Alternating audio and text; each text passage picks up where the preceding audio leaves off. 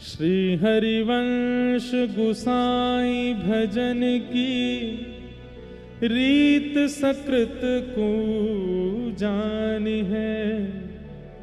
श्री राधा चरण प्रधान हृदय अति सुदृढ़ उपास।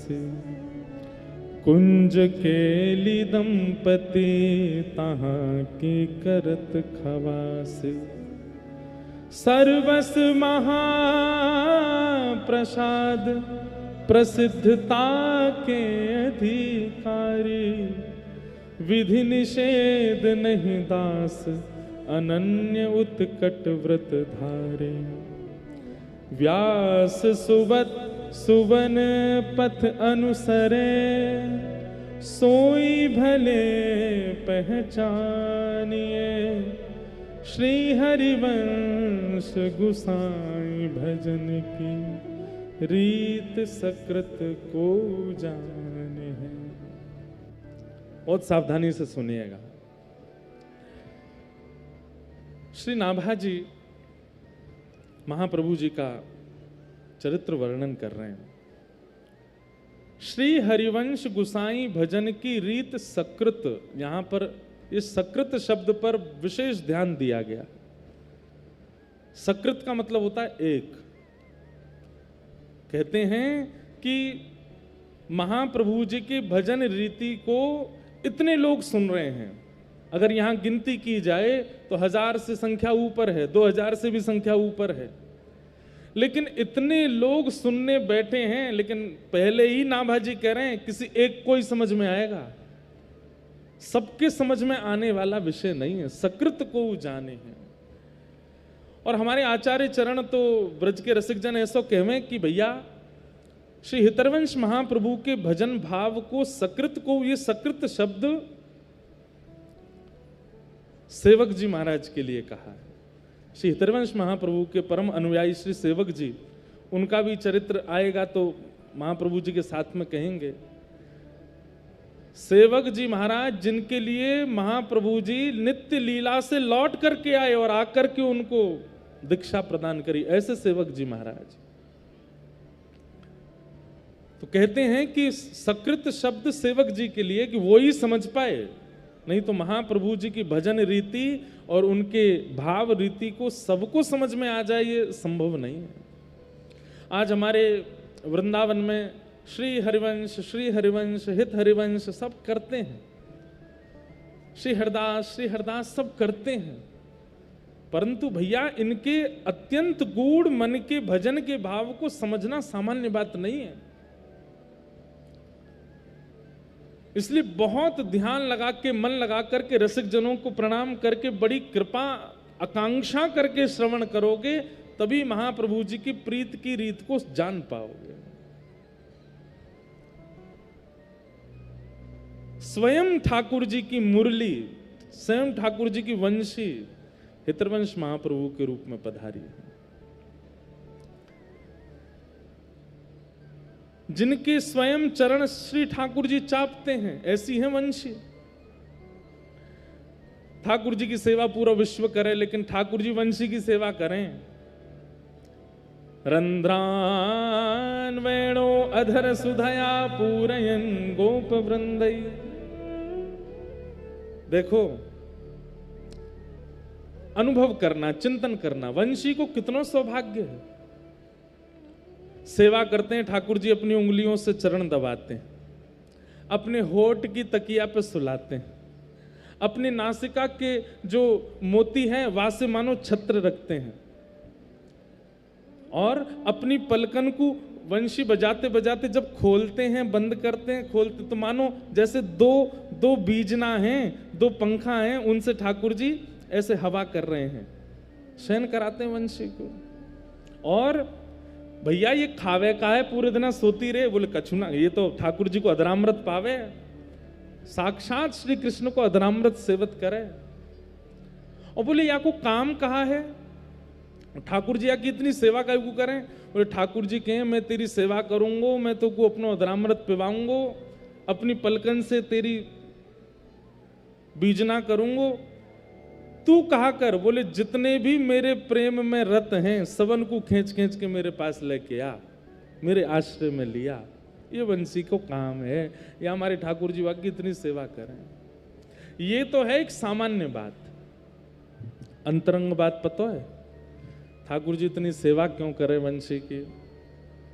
बोले क्योंकि श्री जी को बहुत प्रिय है, किशोरी जी को बहुत प्रिय है। ये सहचरी ठाकुर जी को किशोरी जी की सेवा में इतनी जल्दी आन ना दें।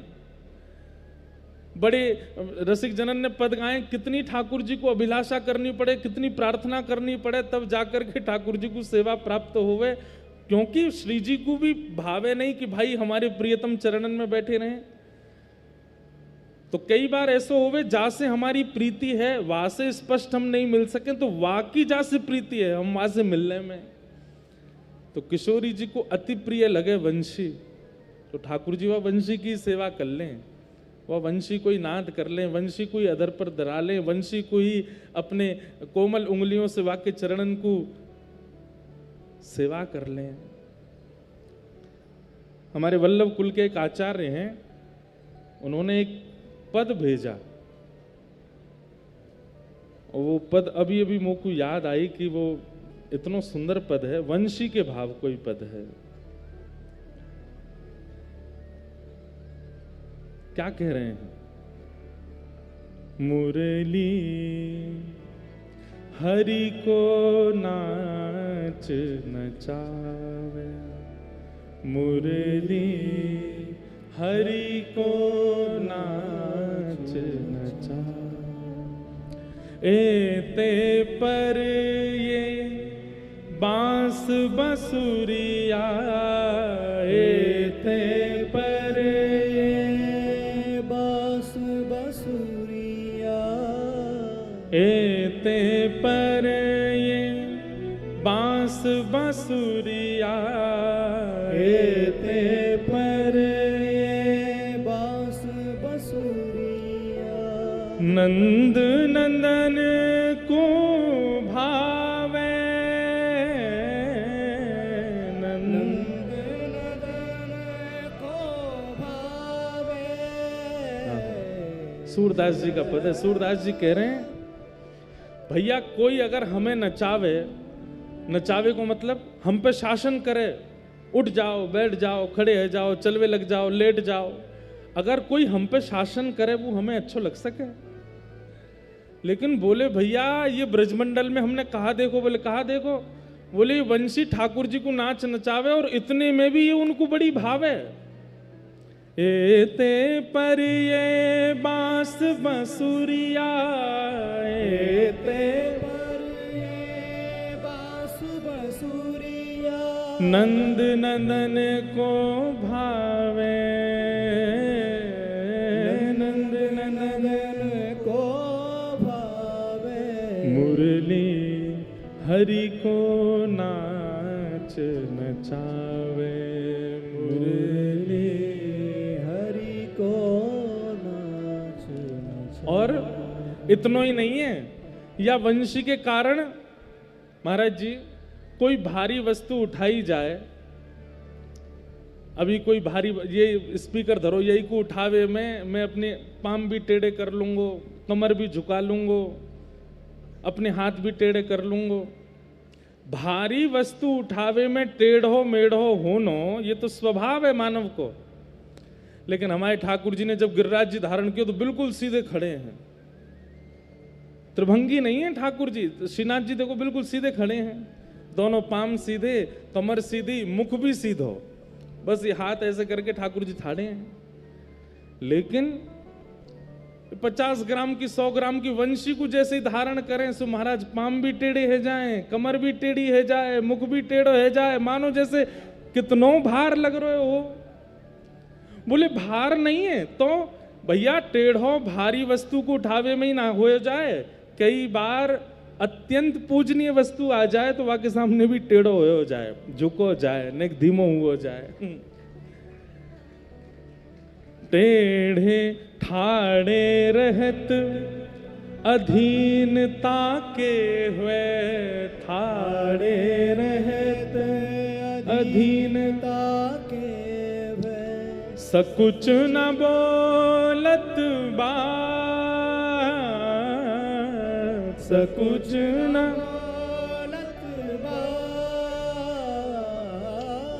वह निधरक आज्ञा करवावत,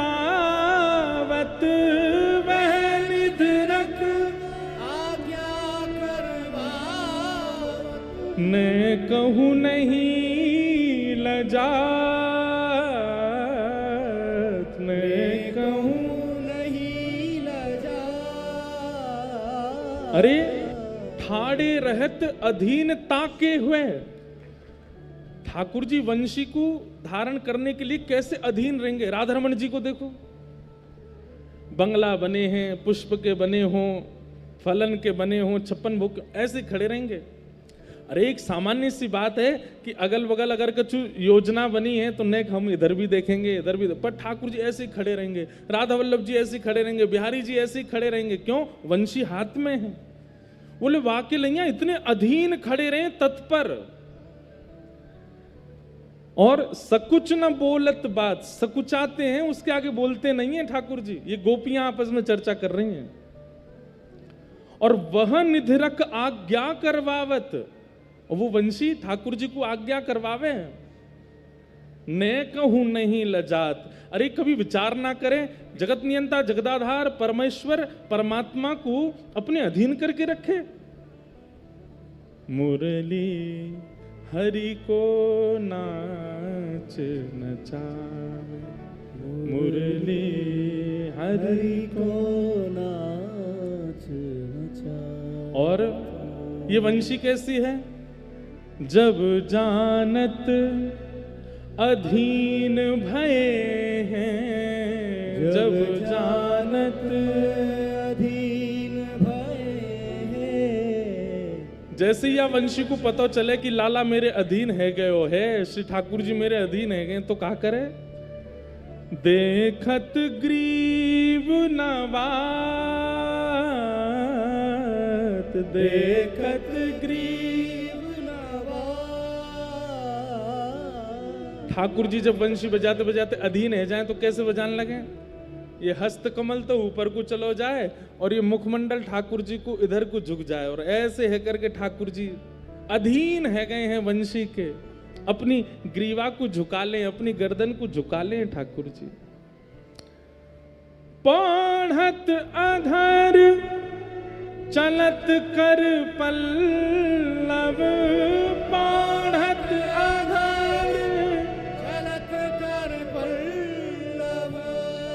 रंध्र चरण पलटा, रंध्र चरण पलटा। और हम पैरिस कर कर अवलोकत, हम पैरिस कर कर अवलोकत। नासा पुट फरकावत, नासा खल पावत।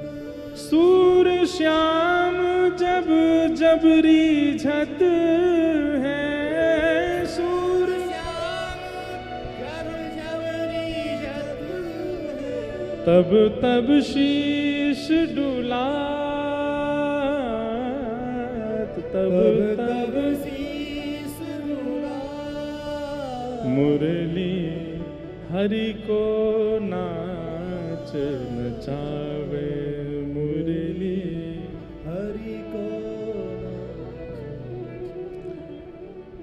एक दिना किशोरी जी ठाकुर जी से बोली, बड़े उमड़ घुमड़ के वंशी बजाओ, लाओ यार मोए दो, मैं बजाऊंगी। किशोरी जी बोली आज हम वंशी बजाएंगे, तुम सुनो। ठाकुर जी बोले अरे श्री जी आप ऐसा मत करो, आप तो बैठ के केवल सुनो, आप तो केवल आनंद करो, आप तो केवल नृत्य करो, आप मत बजाओ।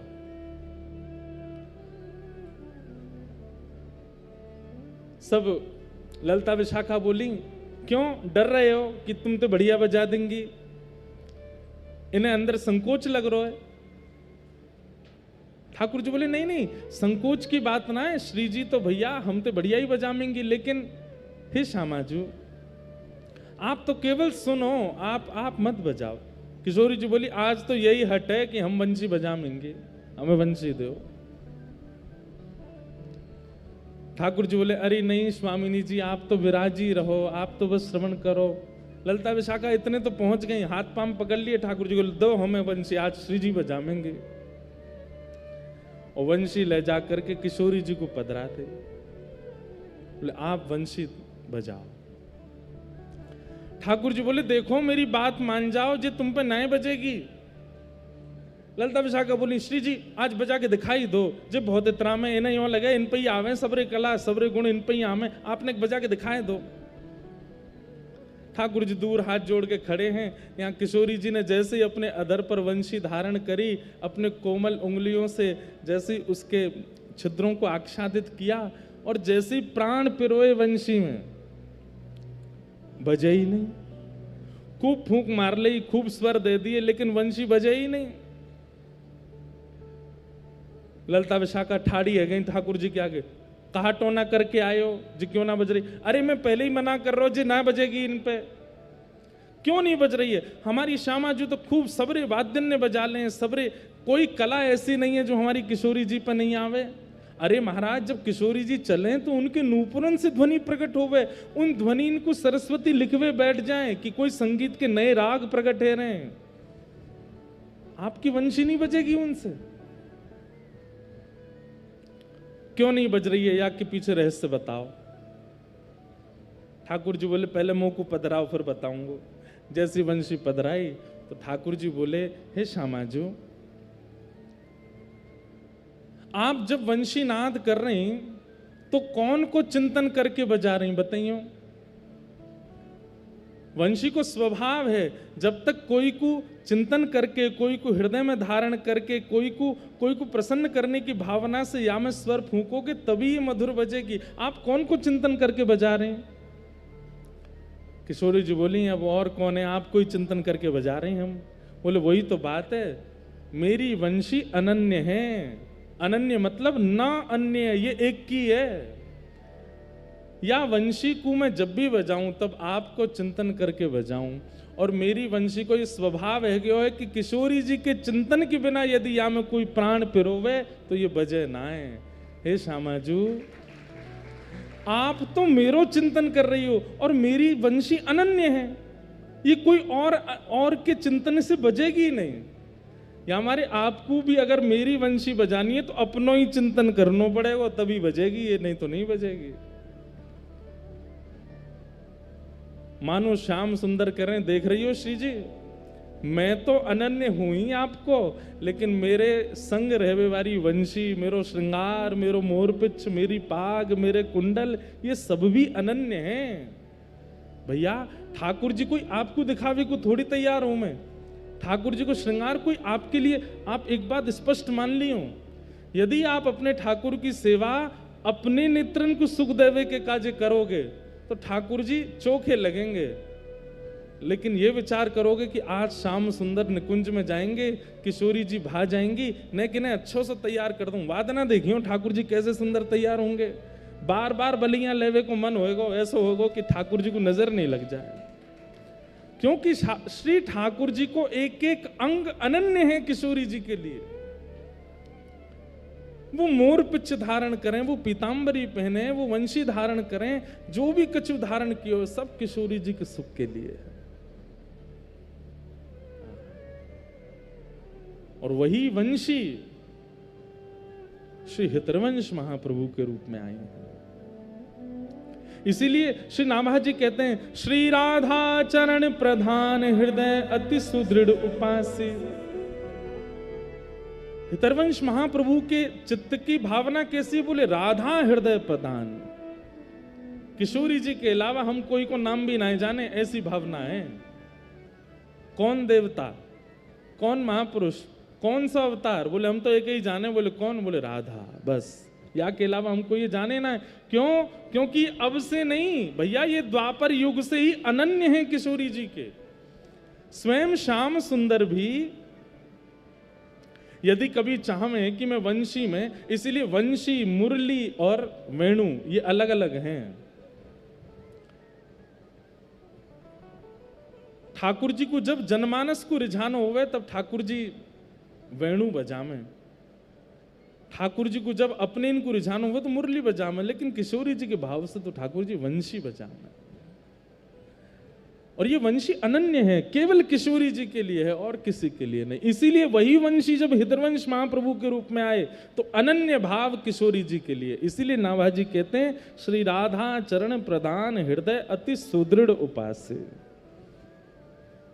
अरे ठाकुर जी भी पीछे हैं, पहले किशोरी जी, पहले लाडली जी। एक बार एक रासलीला है रही कथा में, तो कछु प्रसाद बनो, तो हम मंच पे गए, प्रिया प्रियतम दोनों जो स्वरूप सरकार उनको पवाने के लिए।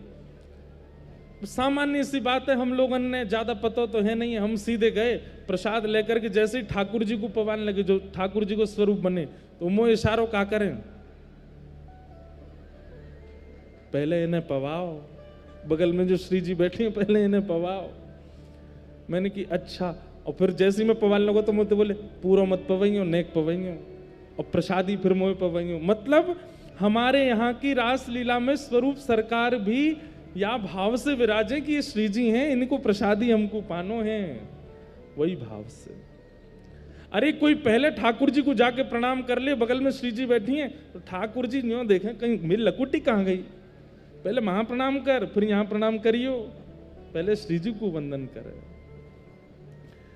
तो ये सब भाव हमारे रसिक जन जब से विराजे, श्री हृदयवंश महाप्रभु, स्वामी श्री हरदास जी महाराज आदि आदि, इन रसिकन के भाव से प्रधानता भई कि भैया ठाकुर जी भी हमारे जिनको पूजे उनको पहले वंदन। तो श्री राधा चरण प्रधान हृदय अति सुदृढ़ उपासना। कैसी उपासना बोले? सुदृढ़। सुदृढ़ मतलब हम आप सब तो ऐसे हैं कि कोई ज्यादा प्रभावशाली देवता आ जाए तो अपने इष्ट को छोड़वे में कंजूसी ना करें, अपने इष्ट को त्याग देंगे, वो ज्यादा प्रभावशाली, उनके पास चलो। पर नहीं, जाके अधीन सदा ही सांवरो, जाके अधीन सदा ही सावरो, या ब्रज को सिरताज,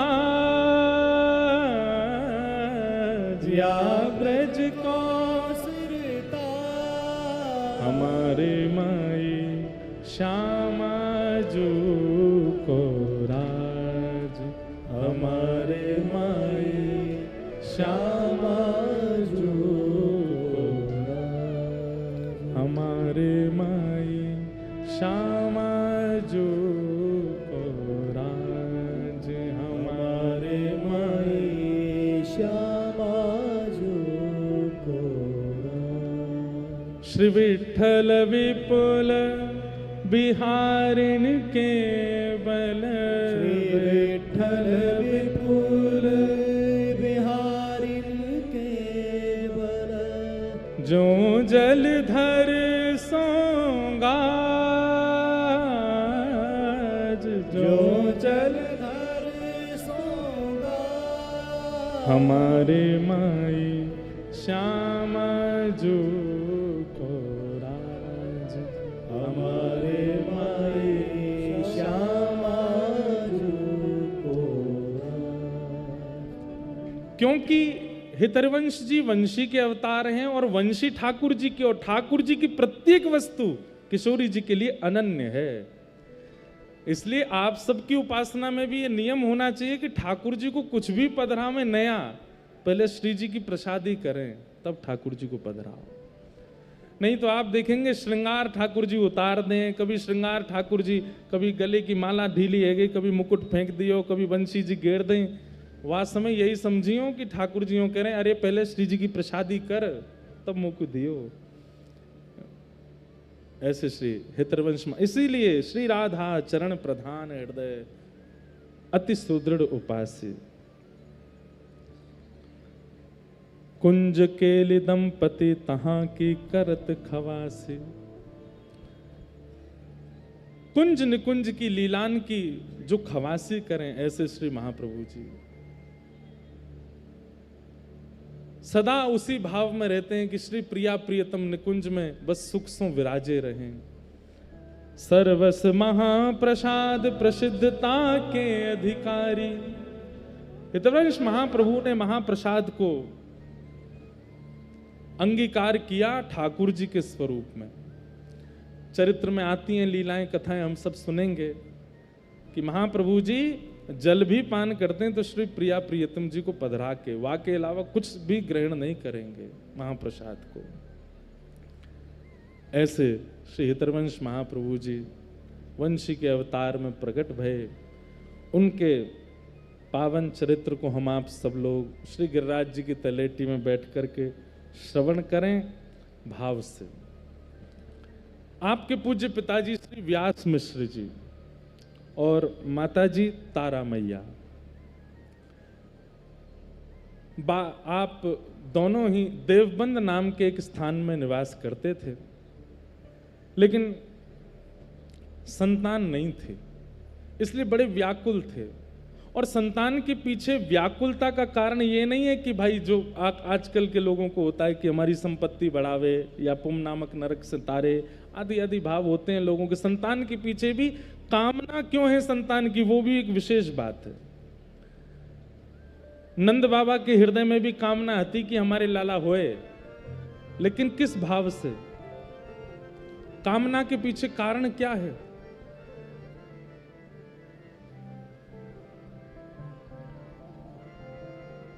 बोले गौ ब्राह्मण संत आदि इनकी सेवा है सके, ऐसो एक सेवक चाहिए, पुत्र की कामना नहीं है। सेवक की कामना से पुत्र की याचना करी, ठाकुर जी आ गए। श्री व्यास मिश्र जी के चित्त में भी भावना ऐसी थी कि ऐसे बालक घर में जन्मे जासे धर्म प्रचार भक्ति प्रचार की योजना बन सके। एक दिन आपके बड़े भैया श्री नृसिंह आश्रम जी महाराज, जो कि विरक्त हो चुके थे, उनके अनेक अनुयायी थे। एक दिन वो भ्रमण करते करते देवबंद आए, तब आप अपनी पत्नी के साथ उनको प्रणाम करने गए, श्री व्यास मिश्र जी तारा मैया के साथ। इन्हीं के बड़े भैया हैं, लेकिन हमारे यहाँ नियम है कि विरक्त हो संन्यास हो जाएं तो फिर उसके बाद पूर्व संबंधों को इतना विशेष महत्व नहीं, सब समान होते हैं। नरसिंह आश्रम जी को प्रणाम करने के लिए गए तो नरसिंह आश्रम जी ने जब तारा मैया का मुख देखा तो बोले, बहू आपके मुखमंडल की भावना से तो ऐसा लगता है कि आप किसी बात से उदास हो, क्या बात है? बहुत ध्यानपूर्वक सुनिएगा। तब आपने कहा कि एक संतान की कामना है, एक पुत्र हो परिवार में। नरसिंह आश्रम जी दिव्य दृष्टि वाले थे, उन्होंने देख करके ये अनुमान लगा लिया था कि इस जन्म नहीं, अगले जन्म में भी संतान की योजना तो नहीं है इनके यहाँ। उन्होंने ऐसे एक प्रवचन जैसे कर दिए कि लाली अब देखो जैसी ठाकुर जी की इच्छा है अब उसी इच्छा को ही सर्वोपरि मानो, जैसी व्यवस्था व्यवहार है उसी में ही राजी रहो। तारा मैया बोली, व्यास मिश्र जी तो शांति बैठे थे, लेकिन तारा मैया बोली, तुम प्रभु अगर प्रारब्ध में जो लिखा है, भाग्य में जो लिखा है उसी पर चलना है तो फिर महापुरुषों के प्रणाम का क्या फल है? अब हमारे भाग्य में लिखा है कि आगे चल के हमको गिर जाना है, आगे चल के हमारा पतन हो जाना है, आगे चल के हमारे जीवन में जो भी होना है, तो फिर महापुरुषों के प्रणाम में इतना भी बल नहीं कि किसी का भाग्य परिवर्तित हो सके।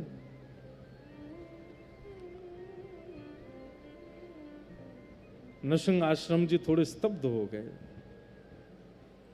मन में विचार करने लगे कि तर्क होता तो उत्तर देता, वितर्क होता तो उत्तर देता, कुतर्क होता तो भी उत्तर देता, लेकिन तर्क वितर्क कुतर्क नहीं है। यहां तो भक्ति साधन और महापुरुषों की कृपा पर प्रश्न है। महापुरुषों को हम प्रणाम ही क्यों करें, उनके पास जाएं क्यों, हम सत्संग करें क्यों? भाई भाग्य में लिखा है उसको भोगेंगे, क्यों? इनके प्रणाम से कुछ होना तो है नहीं, इनके दर्शन से कुछ होना तो है नहीं। नरसिंह आश्रम जी बोले अगर इस बात को हमने टाल दिया तो बहुत लोगों के चित्त में अविश्वास हो जाएगा। एकांत में जाकर के ठाकुर जी से प्रार्थना करी, जय जय आपके साधुओं के दर्शन पर प्रश्न उठा है, उनके ऊपर उनके प्रणाम पर प्रश्न उठा है, अब तो कृपा आपको करनी पड़ेगी। नरसिंह आश्रम जी ने एकांत में जाकर के ठाकुर जी से प्रार्थना की तो ठाकुर जी ने आश्वासन दे दिया और कहा आप चिंता नहीं करो, आप जाकर के केवल आशीर्वाद दे दो, हमारी निकुंज की ही वंशी अली ही इनके यहां जन्म लेगी। बस ये थोड़ा साधन करें, कुछ पवित्रता का ध्यान रखें, वृंदावन का चिंतन करें, इनके यहां हमारी वंशी अली आएगी। नरसिंह आश्रम जी आए, आकर के तारा मैया से बोले बेटिया अब तुम चिंता मत करो, कुछ साधन बताए। बोले जाओ और तुम्हारे घर सामान्य संतान नहीं होगी, ठाकुर जी के प्रेम रस भाव को प्रकट करने वाली ठाकुर जी की निज सहचरी आएगी, इसलिए जाओ। और प्रणाम करके व्यास मिश्र जी, तारा मैया दोनों चले गए। अब देखो कितनी अच्छी बात, गर्भ में जो बालक है वो बालक भगवत भक्त है, उसका प्रमाण गर्भावस्था के समय ही मां को हो गया। वर्णन करते हैं कि तारा मैया जब रात्रि में शयन करती हैं और तभी गर्भ में श्री हितवंश महाप्रभु का आगमन हुआ है, तो आपकी स्थिति कैसी है कि लेटे लेटे सोते सोते आपको निकुंज के दर्शन होते हैं, आपको यमुना जी का प्रवाह दिखने लगता है, आपको सुंदर इत्र की सुगंधी आने लगती है, और तभी मैया हड़बड़ा के उठ जाती हैं और उठ करके तभी व्यास मिश्र जी पूछते हैं क्या हुआ, आप क्यों इतना घबरा गए? बोले पता नहीं, सघन कुंज का दर्शन हो रहा था, यमुना जी का निर्मल जल प्रवाह दिख रहा था, बड़ी सुंदर सुंदर कुंज दिख रही थी, अच्छी सी एक सुगंधी आ रही थी, कभी लगता था जैसे मानो गुलाब के पुष्प की हो, मोंगरे के पुष्प की हो।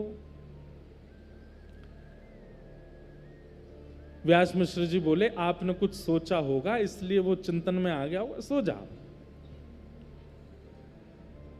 लेकिन ये तारा मैया का चिंतन नहीं है, गर्भ में आए हुए श्री हितवंश महाप्रभु का चिंतन है, वो उनको सुनाई देता है। अब तो चलते चलते कभी नेत्र बंद हो जाते हैं, फिर से निकुंज के दर्शन होने लगते हैं, फिर से सुगंधी आने लगती है, फिर से सुंदर सुंदर वृंदावन के निकुंज वल्लरियों के दर्शन, यमुना जी का दर्शन, रज का दर्शन होने लगता है, गिरिराज जी का दर्शन होने लगता है, जबकि तारा मैया ब्रज गई नहीं है। व्यास मिश्र जी से निवेदन करती हैं कि मुझे ऐसा लगता है कि मुझे ठाकुर जी के निकुंज श्री वृंदावन का दर्शन होता है। व्यास मिश्र जी बोले हम तो कभी गए नहीं, तो वहां को दर्शन कैसे है जाए आपको? बोले पता नहीं, मुझे दिखता है ऐसा मार्ग है सुंदर, उस पर प्रिया प्रियतम के चरण चिन्ह बने हैं, जगह जगह महावर लगे हैं, कहीं ठाकुर जी के हाथ में चंदन लगा है, किसी वृक्ष को छुआ है वहां ठाकुर जी के हस्त चिन्ह है, कहीं पर वृंदा का वन है, कहीं पर सुंदर मोगरे का वन है, कहीं गुलाब का वन है, और सामने यमुना जी कलकल करती बह रही हैं। व्यास मिश्र जी बोले आपको कैसे पता कि वो वृंदावनी है? बोले पता नहीं क्यों चित्त में ऐसा भाव उत्पन्न होता है कि ये वृंदावन है।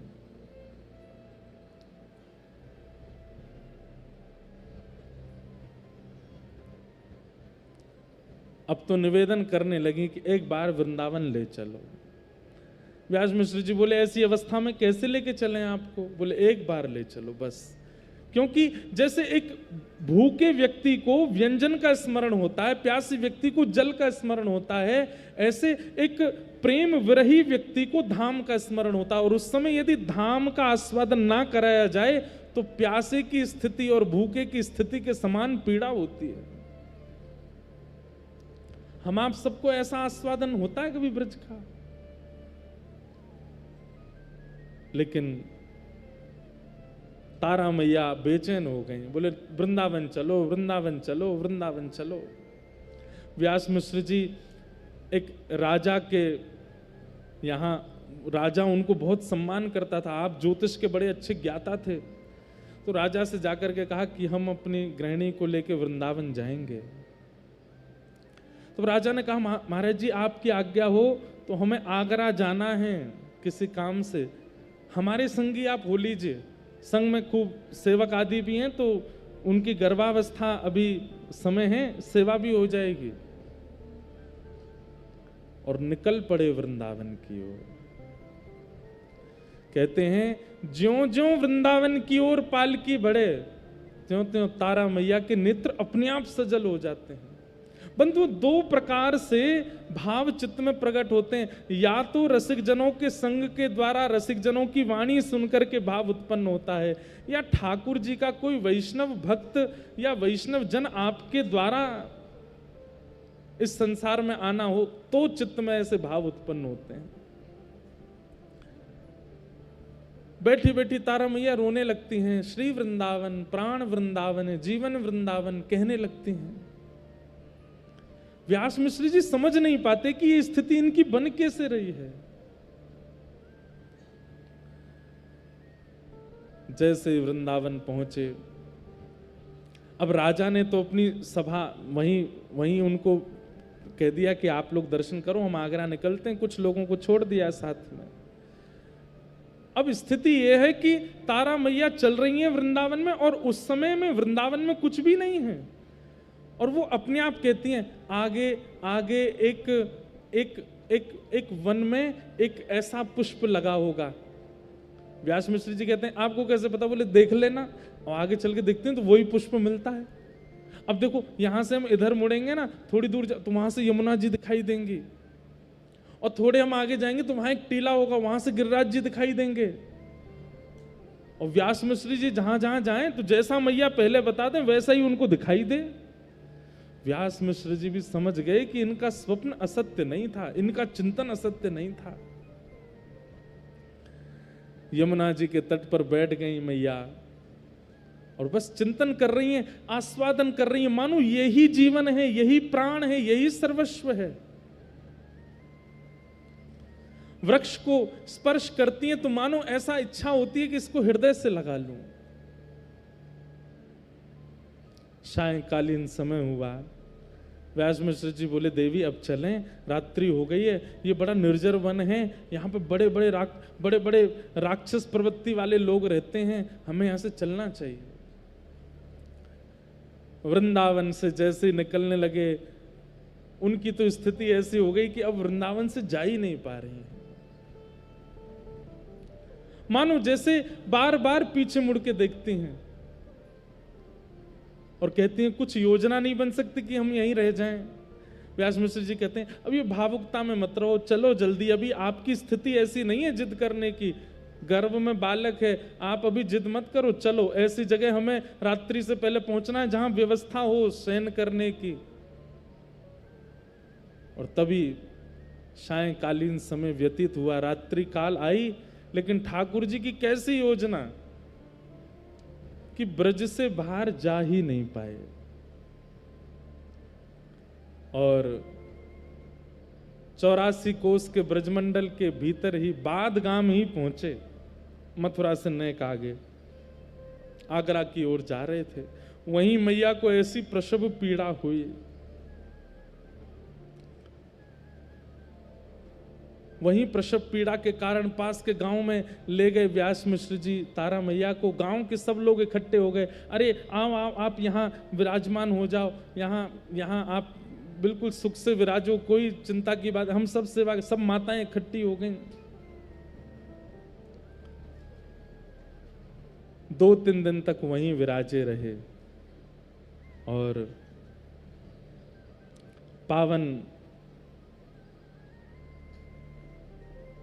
एकादशी का दिन आया, और जैसे हमारी किशोरी जी का प्रारंभ सूर्य उदय के काल में जन्मोत्सव मनाते हैं, ऐसे ही सूर्य धीमे धीमे उदयमान हो रहे हैं और तभी तारा मैया के पावन कुक्षी से श्री वृंदावन रस को प्रकट करवे वाले हरित त्रयी में जिनको प्रमुख नाम है, ऐसे श्री हितरवंश महाप्रभु को प्रादुर्भाव भयो।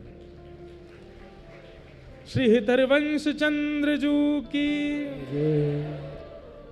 महाप्रभु जी को प्रादुर्भाव भयो। आहा, ऐसो सुंदर स्वरूप है। सब भीड़ लग गई बाद गांव में लोगन की देखवे की, मानो ऐसा लग रहा हो साक्षात कोई ठाकुर जी की सहचरी प्रकट भई है। दर्शन करके सब आनंदित है गए, सब बलैया ले रहे हैं, सब महाप्रभु जी को दर्शन करके सुख में आ रहे हैं। आहा, पूरे ब्रजमंडल में धीमे धीमे ये चर्चा फैलने लगी। अब जहां जहां रसिक स्थिति वाले थे वे सब मानो धीमे धीमे उन सबके चित्त में ही अपने आप भाव उत्पन्न होने लगा कि ये कोई रसिकाचार्य ही आए हैं, ये कोई महापुरुष ही आए हैं। और सब वहां जाकर के महाप्रभु जी के मंगल दर्शन कर रहे हैं। हमारे रसिक जन खूब सुंदर सुंदर बधाई महाप्रभु जी के प्राकट्य की गाते हैं। हम आप सब लोग भी कुछ कुछ बधाइयों को गा करके महाप्रभु जी का पावन जन्मोत्सव, पावन उत्सव का आनंद लेंगे। जय हो। बोलो हितरवंश महाप्रभु की जय। आहा,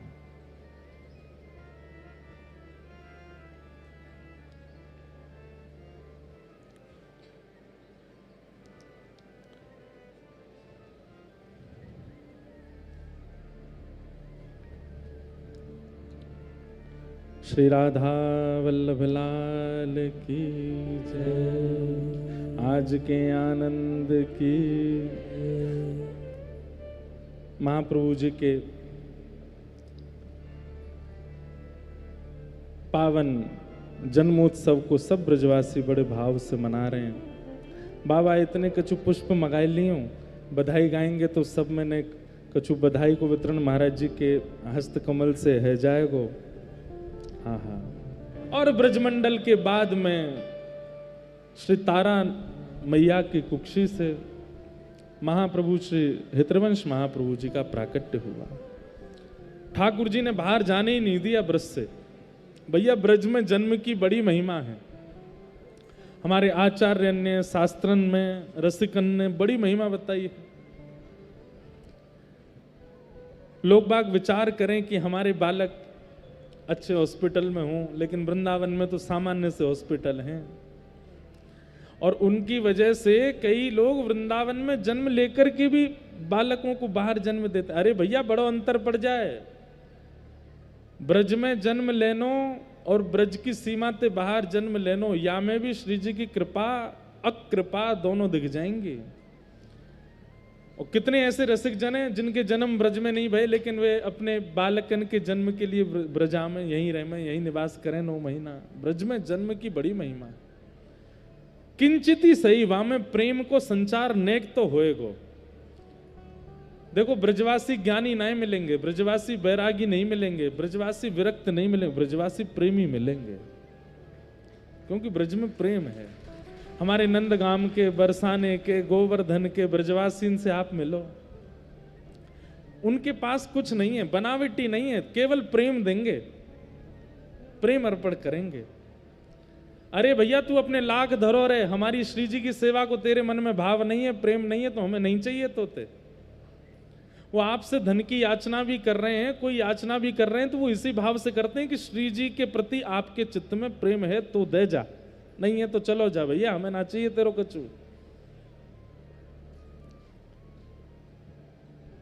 सेंसिटिव प्रेमी हैं ब्रजवासी, बहुत प्रेमी। इसलिए ठाकुर जी ने तारा मैया के भले ही वृंदावन से बाहर निकल गए, लेकिन ब्रज से बाहर जाने नहीं दिया। और बाद ग्राम में महाप्रभु जी का प्राकट्य हुआ। कुछ दिन वहां निवास करने के बाद फिर वापस देवबंद प्रस्थान कर गए। और वहां धीमे धीमे हमारे श्री महाप्रभु जी बड़े हो रहे हैं। लेकिन बाल्यकाल से ही आप में भक्ति के लक्षण गुण दिखने लगे। सब लोग बहुत ध्यान से सुनो। बाल्यकाल से ही भक्ति के लक्षण दिखने लगे। आपके पूज्य पिताजी महाराज के सेवा के ठाकुर जी श्री राधा मोहन जी, व्यास मिश्र जी के सेवा के ठाकुर जी श्री राधा मोहन जी, राधा मोहन जी की व्यास मिश्र जी सेवा करते थे और छोटे से बालक हरिवंश बैठ करके देखते रहते थे। अब बालक हैं, शुद्धि अशुद्धि का ध्यान रखते नहीं है, इसलिए मंदिर परिसर से बाहर बैठे रहते थे, लेकिन वहीं से ही धीमे धीमे ठाकुर जी को निहारते रहते थे हरिवंश बालक।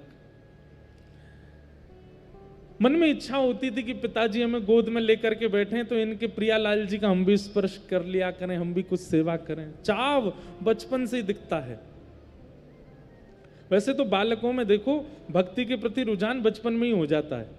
छोटे छोटे बालक नानी नाना दादी दादा के संग ही रहते हैं, क्यों, वो मंदिर जाते हैं।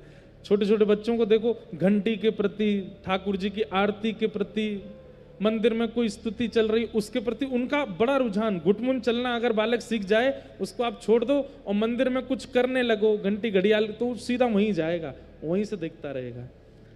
अच्छा, बालक कुछ सीखे ना सीखे, सबसे पहले ताली बजाना सीख जाता है। ताली जरूर बजाए, कीर्तन करो, भाव गाओ, कुछ भी हो, ताली बजाना सीख जाता है। इसका मतलब क्या है? भक्ति के गुण लगभग बालकों में आते हैं, पर संसारी विषय हम डाल देते हैं उनमें। लेकिन हरिवंश बालक कैसे हैं पता है? घुटमुन चलते बालक में इच्छा प्रकट हो घंटी के प्रति, घड़ियाल के प्रति, तो समझ में आती है। पर ये हरिवंश बालक कैसे हैं कि ये अपने पिताजी राधा मोहन जी की सेवा करते हैं और ये दूर बैठे बैठे देखते हैं और इनके नेत्रों से आंसू गिरते। 1 वर्ष 1.5 वर्ष के बालक में प्रेमाश्रु आना नेत्रों में। तभी मैया आती हैं और मैया आकर के, अरे लाला रो का ही करो, मतलब ऐसा लगता उनको कि ये पहले किसी बात पर रोया होगा तो ये तो शांत हो गया, पर आंसू रह गए। लेकिन वो रोए नहीं थे, उनके प्रेमाश्रु गिरते ही रहते थे। तारा मैया आकर के आंसू पहुंच देती, अरे लाला रो रहे हो, आपने भी ध्यान नहीं दिया, बताओ बेचारा बालक रो रहा था। व्यास मिश्र जी बोले, हमको आवाज तो आई नहीं रोने की, ये कब रो लिए। लेकिन श्री बालक हरिवंश तो प्रेमाश्रु में रोते हैं, और प्रेमाश्रु में स्वर नहीं निकलता। रुदन भी कई प्रकार के होते हैं। जब प्रेम में विह्वल होकर के व्यक्ति रोता है ना, स्वर नहीं निकलता, बस अश्रु निकलते हैं। मुख की आकृति नहीं बदलती है, केवल नेत्र लाल पड़ जाते हैं, अश्रु गिरने लगते हैं। छोटे से हरिवंश बालक में ये गुण दिखते थे। धीमे धीमे बड़े हुए, आप अब चलने फिरने लगे तो पिताजी के कभी कभी मंदिर में प्रवेश कर जाते, और कभी कोई सामग्री ठाकुर जी की उठाते तो पिताजी इनको रोक दे, अरे अरे अरे तारा जी कहाँ हो, देखो ये हरिवंश बालक भीतर आ गया, अब ये देखो श्रृंगार गेड़ देगा ठाकुर जी के सामने, तो वो उनको उठा के दूर कर देते। लेकिन आपका इतना चाव रहता था कि सेवा में मुझे कोई सेवा दें ठाकुर जी की। लेकिन पिताजी महाराज सेवा नहीं देते थे, तो बालक हरिवंश बाहर जाते, घर से निकल के बाहर चले जाते और वहां युगल वृक्षों को ढूंढते। युगल वृक्ष कहाँ है? देखो कैसी उपासना। युगल वृक्ष को ढूंढते जहां 2 वृक्ष आसपास खड़े हों, और उन युगल वृक्ष को ही श्री कृष्ण और प्रिया जी के भाव से देखते। और एक वृक्ष को तो बढ़िया पीतांबरी पहना देते, एक वृक्ष को सुंदर चुनरी उड़ा देते, और वहीं बैठ करके पता नहीं क्या, अब छोटे बालक कुछ भी करते हैं एकांत में बैठ करके, तो माता पिता को लगता है ये ऐसे ही बालक कर रहा है कुछ एकांत में, लेकिन उनकी वो सेवा पद्धति थी। एक दिन अब धीरे धीरे बड़े हो गए, तो गांव के कई बालक इनसे मित्र हो गए इनके। अभी अपने मित्र बालकों के साथ जाते, घूमते, आनंद करते। तो ये बालकों में भी देखते, जो सांवला बालक होता ना उसको पकड़ते, तुम तो हमारे श्याम सुंदर हो, और जो गोरा बालक होता उससे कहते अरे ये तो हमारी श्री जी हैं, और दोनों बालकों को एकांत में ले जाते और फिर उनका भी श्रृंगार कर देते। जो सांवला बालक होता उसको मुकुट पहना देते, सिर पर ऐसे पीले वस्त्र बांध करके पाग धरा देते। वो बालक उठ के जाता, रो मत श्याम सुंदर, अभी भोग लगा देंगे, बैठो यहीं पे। पीताम्बरी पहना देते, घर से कुछ आभूषण ले आते, वो धरा देते। और बेचारा जो गोरा बालक होता था उसके नथनी पहना देते, कानन में कुंडल धरा देते, सिर पर चुनरी उड़ा देते। अब सब पुराने काल में तो हमारी जैसे ये आजकल वाली हेयर स्टाइल नहीं होती थी, थोड़े बड़े केश ही होते थे, लगभग सबों के केशों को खोल करके बढ़िया सुंदर, और ये हमारी श्यामा, दोनों की बलैया लेते, आरती करते। वो बालक रोते तो उनके चरण पकड़ते, अरे श्यामा जी आप क्यों रो रही हो, आप मत रो ना, मैं आपको भोग लगाऊंगा, मैं आपको ये कराऊंगा। और फिर वो दोनों बालक भाग जाते अपने अपने घर को। तो विचार करते, आहा प्रिय प्रीतम दोनों कुंज में गए, अब विलास करेंगे, अब महाराज विहार करेंगे। वो सांवला बालक रोते रोते अपने घर गया। माता पिता बोले जे क्या करे आया, बोले हरिवंश बालक श्रृंगार कर देता हमारा। सांवले बालक को तो फिर भी ठीक, लेकिन जो गोरा बालक गया उसकी माता जो एक कौन सी नई बहू आई है, अरे नई बहू नहीं, आपको लाला हूं मैं। बोले ये क्या बन के आया है तू, बोले वो हरिवंश बालक श्रृंगार कर देता है। तो महाराज लोग बाग जैसे गोपियां शिकायत लेकर के यशोदा मैया के पास जाती, ऐसी शिकायत ले ले करके देवबंद की सब गोपियां आती तारा मैया के पास। बोले मैया तुम्हारे लाला को कैसा स्वभाव है, बोले क्यों, ये हमारे बालकन ने छोरी बना दे, छोरा बना दे, उनको श्रृंगार मुकुट उकुट धरा दे। अब तारा मैया हरिवंश बालक को, लाला ऐसा नहीं करते, ऐसे तुम क्या ऐसे तो नहीं, वो प्रिया जी हैं मैया, वो श्याम सुंदर है, वो प्रिया जी हैं। अब ये हो गया कि बालकों से मना कर दिया, इनके साथ मत खेलो, तो बेचारे अकेले घूमते। दूर से बालकों को तुम इधर आ जाओ, और नहीं तुम श्रृंगार कर दोगे, नहीं आ रहे। तो फिर वृक्षों का श्रृंगार करते। बोले ठाकुर जी कोई जीव में ही थोड़े ही है, वो तो सब जगह है। तो युगल वृक्षों का श्रृंगार करने लगे। ना जाने कितने वृक्षों का श्रृंगार किया, क्योंकि पिताजी निज सेवा देते नहीं है। एक दिन इनके मन में भाव आया, बोले आज श्याम सुंदर तो बनेंगे श्यामा सखी, और लाल जी और लाडली जी बनेंगे दान लेवे वारे लाला। लीला ऐसी है कि किशोरी जी ठाकुर जी से बोली तुम हमसे दान मांगो, दही को, मक्खन को, दूध को। ठाकुर जी बोले तो ये तो हमारा अधिकार है, मथुरा को मार्ग हमारे पिताजी ने बनाया, तो या मार्ग को कर लेने को अधिकार हमारो है। तो किशोरी जी बोली एक बार तुम दान लेके जाओ और हम लूटेंगे, तुम्हें तो पता चले कैसा लगे। तो ठाकुर जी बोले ठीक है। बोले कहा करनो, बोले कल तुम गोपी बन के आई हो और अपनी यशोदा मैया की कोई मटकी लेके सिर पे धर के तुम जाइयो मथुरा की ओर, और ये अपने तुम्हारे जितने गोवर चोट्टा सखाएं कहाँ सबरे, इन सबन को भी श्रृंगार करियो, या को ललता बनाइयो, या को विशाखा बनाइयो, या को सब सखीन के रूप धराइयो, और कल तुम सबरे सखी बन के जाओ और हम सखा बन के तुमसे दान मांगेंगे कल। इस लीला का चिंतन महाप्रभु जी कर रहे हैं बाल्यकाल में। आहा, किशोरी जी मुकुट पहन के आई हैं, पीताम्बरी पहन के आई हैं, सुंदर वनमाल धारण करके आई हैं, हाथ में वंशी लेकर के जैसे ठाकुर जी टेढ़ी मेढ़ी चाल चलें ऐसे किशोरी जी चलती हुई आई हैं, और सब सखी आई हैं। किशोरी जी को श्याम सुंदर के रूप में देख करके सब सखी बलिहारी जा रही हैं, इतनी सुंदर लग रही हैं हमारी प्रिया जी। लेकिन जैसे ही श्यामा सखी आई, जब श्याम सुंदर सखी बनकर के आए, सिर पर सुंदर ओढ़नी डाली है, आंखन में लंबो लंबो काजल लगाया हुआ है, नाक में नथ बेसर, छुप के यशोदा मैया को श्रृंगार ढूंढ ढांड के पहन के आए हैं जैसे तैसे। और जैसे ही सिर पे मटकी लेके जैसे सब सखी चले, ऐसी गजगामिनी चाल में ठाकुर जी चलते हुए आ रहे हैं। किशोरी जी ऐसे हाथ धर के ठाड़ी हैं दूसरे सखा पे, वो तो सब सखा बने हैं।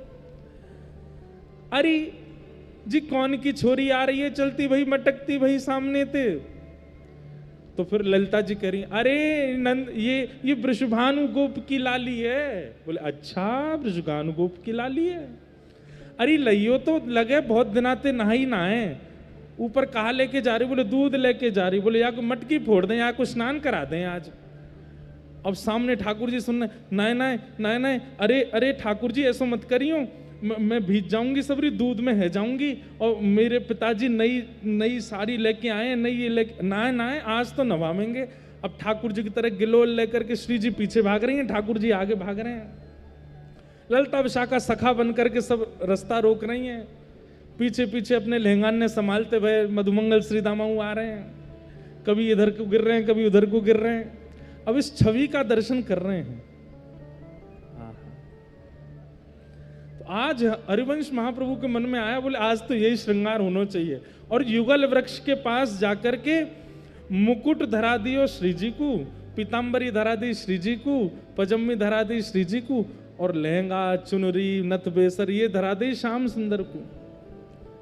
क्योंकि जो वाम भाग को वृक्षों को वो ठाकुर जी हैं, और जो दाहिने भाग को वृक्षों को वो किशोरी जी हैं। ठाकुर जी के लिए वाम भाग में किशोरी जी हैं, पर हमारे लिए तो वाम में ठाकुर जी, दाहिने में किशोरी जी। जैसे श्रृंगार किया, आहा कितने सुंदर लग रहे हैं, कितने मनोहर लग रहे हैं, कितने प्यारे लग रहे हैं।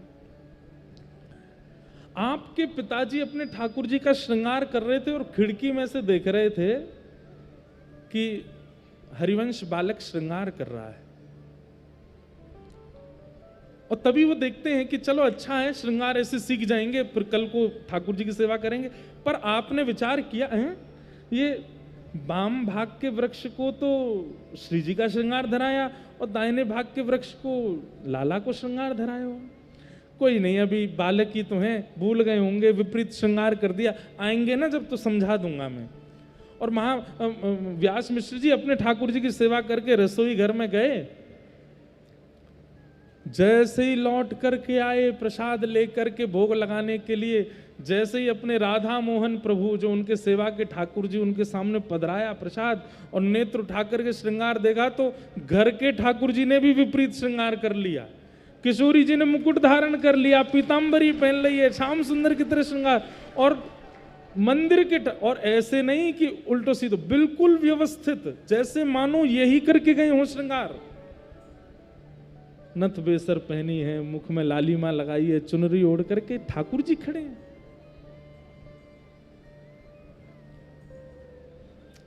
हमारे गोरीलाल कुंज में यही तो भेद है जो सबको पता नहीं है। वहां क्या है, बोले गोरीलाल। वहां गोरी जो हैं, किशोरी जी जो हैं, वो लाला बन के खड़ी हैं, और लाला जो है वो श्री जी बन के थाड़े हैं, इसीलिए वहां स्थान को नाम है गोरीलाल। वहां जब आप दर्शन करने जाओगे तो ठाकुर जी जो हैं वो वास्तव में किशोरी जी हैं, और श्री जी जो बगल में खड़ी हैं वो ठाकुर जी हैं। महाराज जी ने एक भेद और बताया मुझको, अभी जब होली पे गए तो महाराज जी बोले एक भेद और बताया। मैंने कहा हाँ। बोले ठाकुर जी जो है ना ये पाटे पे खड़े हैं, क्यों? लाडली जी से छोटे हैं हाइट में, क्योंकि श्री जी हैं, इसलिए पाटा के ऊपर खड़े हैं लाला बन करके। तो बोले कौन है? बोले श्री जी हैं, और बगल में जो चुनरी ओढ़ करके ठाड़ी है वो ठाकुर जी हैं, इसीलिए गोरी लाल। वहां लाल जो है वो गोरी बन के ठाड़ी हैं, इसीलिए गोरी लाल कुंज।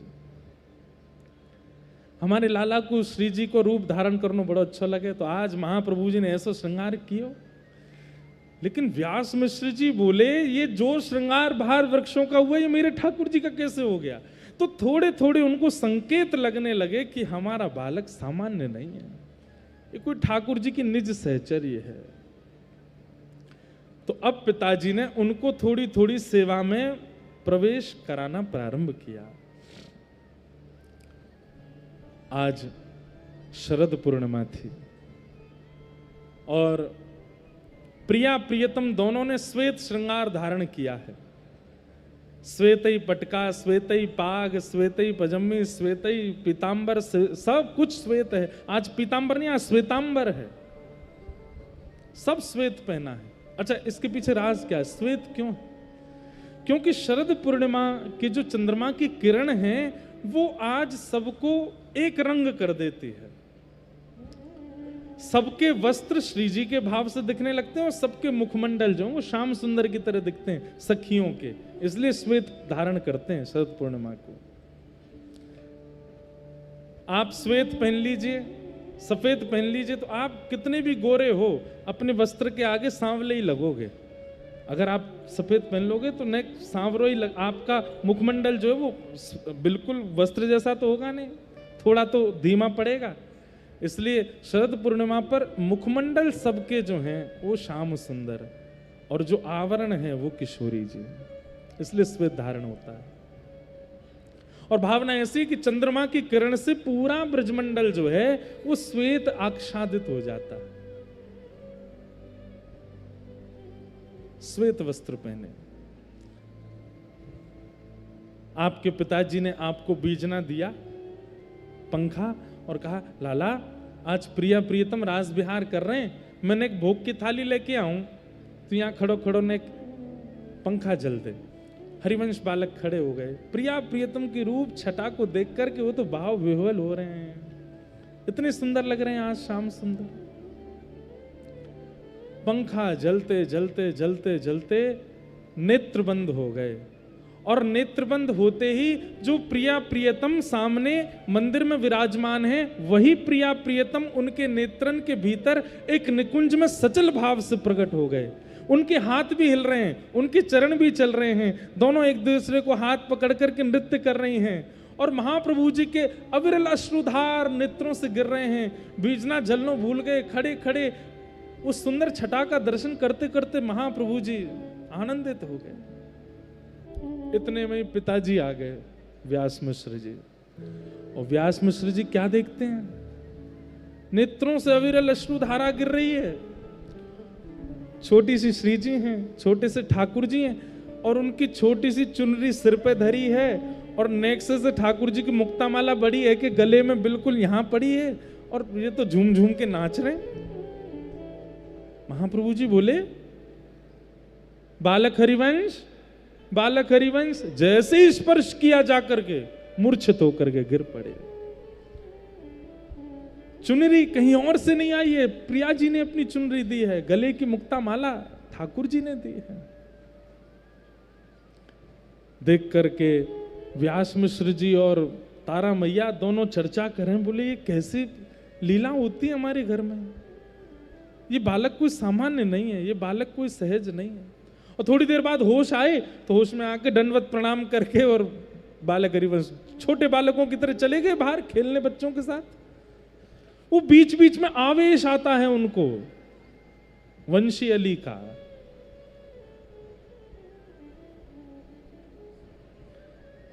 लेकिन महाप्रभु जी के चित्त में एक वेदना है कि हमें सेवा कब मिलेगी।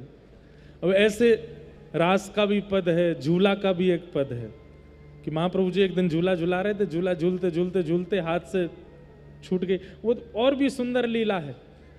एक दिन पिताजी बोले आज हिंडोला उत्सव है ठाकुर जी का, चलो ठाकुर जी का हिंडोला झुलाओ।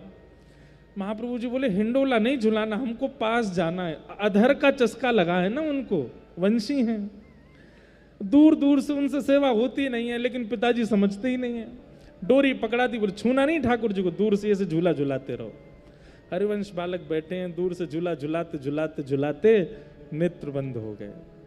और नेत्र बंद होते ही अब बाहर की लीला तो जो चल रही हो, भीतर वही झूला प्रकट हो गया, ठाकुर जी प्रकट हो गए, श्री जी प्रकट हो गई। श्री जी ने जाकर के हरिवंश जी का हाथ पकड़ करके ठाकुर जी के पास खड़ा कर दिया और वहीं नृत्य होने लगा।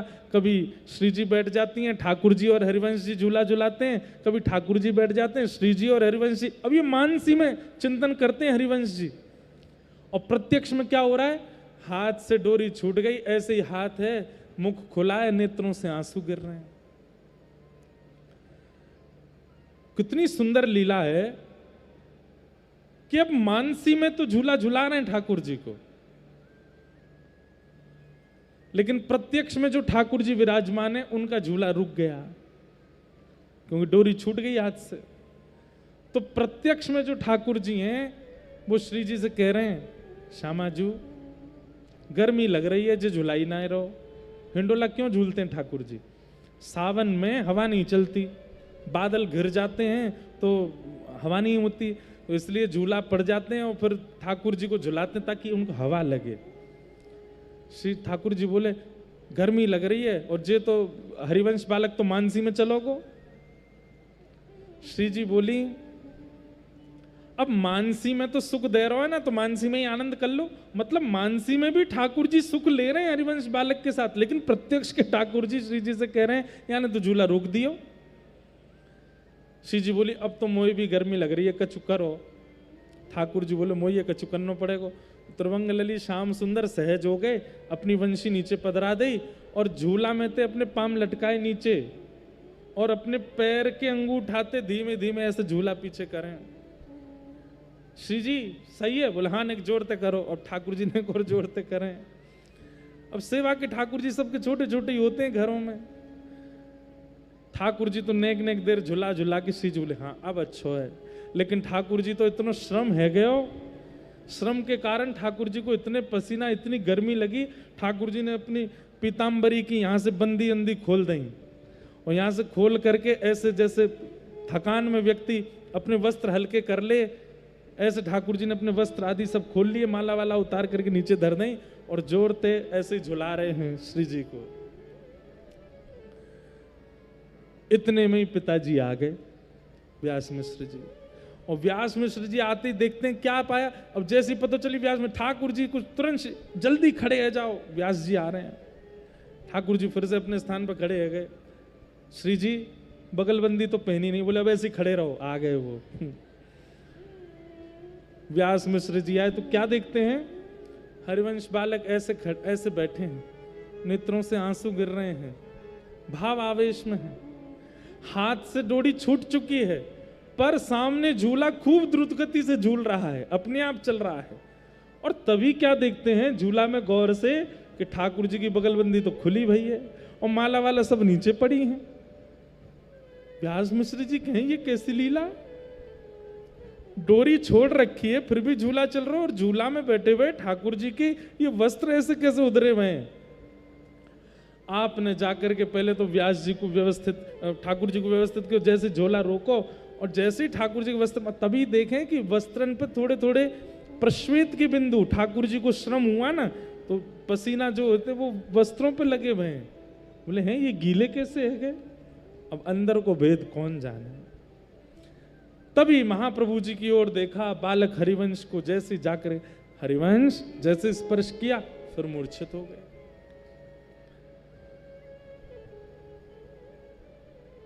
फिर से व्यास मिश्र और तारा मैया बोले ये सामान्य नहीं है, जब जब इसको सेवा में देके जाता हूं कुछ विचित्र अवस्था में पहुंच जाता है और थोड़ी देर बाद चेतना आती है, दौड़ करके जाते हैं, बालकों के साथ खेलते हैं। ठाकुर जी और राधा मोहन जी वो आपस में चर्चा करने लगे, बोले कि अब हरिवंश बालक हमारी सेवा किए बिना रह नहीं पा रहे हो है, कछु करना पड़ेगा। तभी एक दिन ठाकुर जी ने हरिवंश महाप्रभु जी को आज्ञा करी स्वप्न में, बोले कि अब आप ज्यादा वंचित मत रहो, अब हमें आपके हाथों से सेवा करानी है। पिताजी तो जाने कब पधरामेंगे आपके माथे हमको। आप एक काम करो, आपके भवन के पीछे कुआं है और वही कुआं में मैं और प्रिया जी विराज रहे हैं, आप हमको वहां से ले आओ। ये सुनते ही महाप्रभु जी के नेत्र खुल गए। हरिवंश महाप्रभु तुरंत अपने कक्ष से निकल करके दौड़े, माता तारा पीछे दौड़ रही हैं। व्यास में अरे बालक रुक जाओ, कहां जा रहे हो कहां जा रहे हो कह करके पीछे दौड़ रहे हैं। गांव के लोग सब इकट्ठे हो गए, हरिवंश बालक बस दौड़े चले जा रहे हैं। तभी गांव में पास में कुआं था, उस कुआं के पास गए और द्रुत गति से जाकर के कूद पड़े। सब चिल्लाने लगे हरिवंश बालक कूद गए, हरिवंश बालक कूद गए। लेकिन जैसे ही सब समीप गए, सबके नेत्र सजल थे, सब व्याकुल थे, लेकिन भीतर जाकर के जैसे ही देखा तभी क्या पाते हैं कि वहाँ हरिवंश बालक सुरक्षित हैं और श्री राधा नवरंगी लाल जी को अपने हृदय से लगा करके झूम रहे हैं, रो रहे हैं, हृदय से लगा करके व्याकुल हो रहे हैं। बोलो राधा नवरंगी लाल की। और तभी वो सूखा कुआं था, उसमें जल नहीं था। अचानक से जल का स्रोत आया और जैसे मानो जल के ऊपर कागज, वो डूबता नहीं है, अपने आप ऊपर आ जाता है, या जल के ऊपर कमल, वो डूबता नहीं, वो अपने आप स्रोत, जैसे जैसे जल बढ़ता है कमल ऊपर आता है। ऐसे ही महाप्रभु जी नवरंगी लाल जी को गोद में लेकर के जल के स्रोत के साथ ही ऊपर आ गए। ये आश्चर्य तो सबने देखा। और ऊपर आकर के अपने ठाकुर जी को लेके चले गए और अपने ठाकुर जी की अलग व्यवस्था करी, उनका श्रृंगार कर ये कर सब व्यवस्थित किया। माता पिता बड़े प्रसन्न हैं कि चलो ठाकुर जी खुद ही आ गए इनके पास। लेकिन अब हरिवंश बालक पूरे दिन केवल और केवल अपने ठाकुर जी की सेवा करते रहते हैं और कुछ नहीं करते, ना खेलते हैं, ना डोलते हैं, ना कोई और काम, केवल अपने ठाकुर जी की सेवा करते हैं।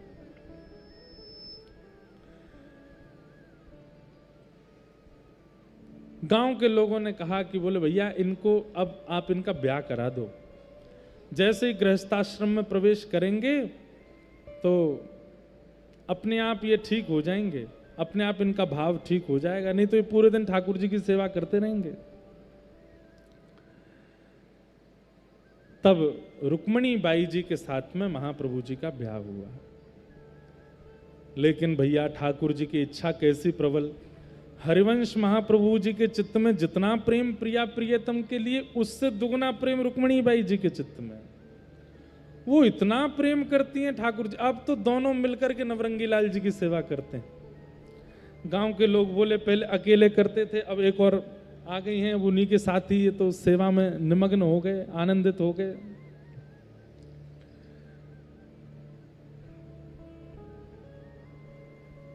कुछ वर्षों तक अपने गृहस्थाश्रम का पालन किया। श्री वनचंद्र जी, कृष्णचंद्र जी, गोपीनाथ जी और साहेब दे, ये महाप्रभु जी के संतान हुए। अब देखो ठाकुर जी की इच्छा कितनी अद्भुत होती है। गृहस्थाश्रम में प्रवेश करा दिया, स्वयं सेवा कराने लगे महाप्रभु जी से। लेकिन एक दिन महाप्रभु जी सो रहे थे, तभी श्री जी प्रकट हो गई स्वप्न में और प्रकट होकर के बोली महाप्रभु जी, नाम मिल गया आपको, लीला मिल गई आपको, अब धाम की बारी है। अब आप सब सेवा विराजमान करके व्यवस्थित करके अब वृंदावन जाओ, क्योंकि अब वृंदावन के प्राकट्य का समय आया है।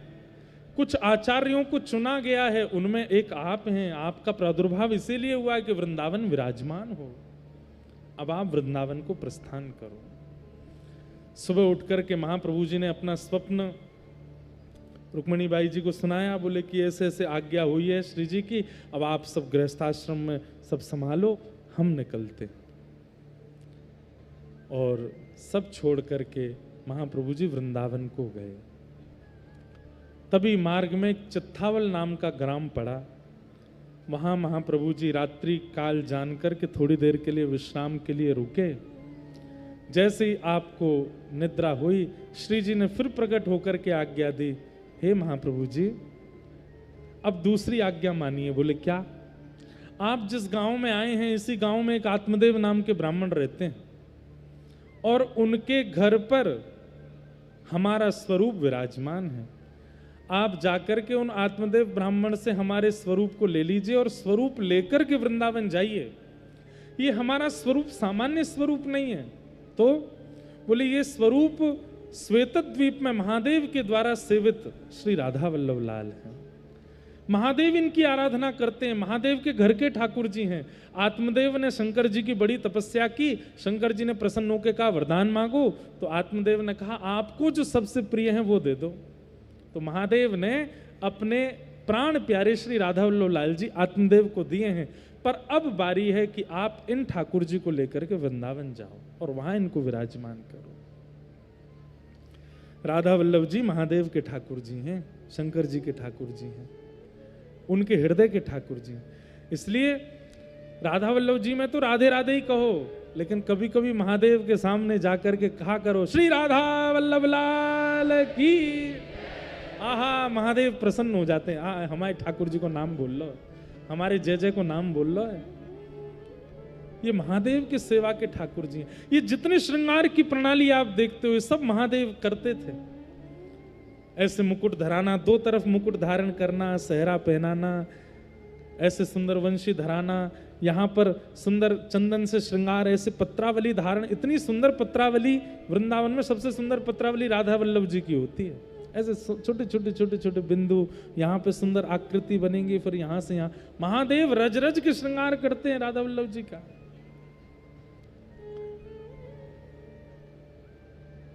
आत्मदेव ब्राह्मण के यहां से आप राधा वल्लभ जी को ले लो। और अब तीसरी आज्ञा और मानो। माँ बोले क्या आज्ञा है? बोले उनकी दो बेटी हैं, एक का नाम है कृष्णदासी, एक का नाम है मनोहर दासी। बोले उनका क्या करें? बोले उनसे ब्याह करो।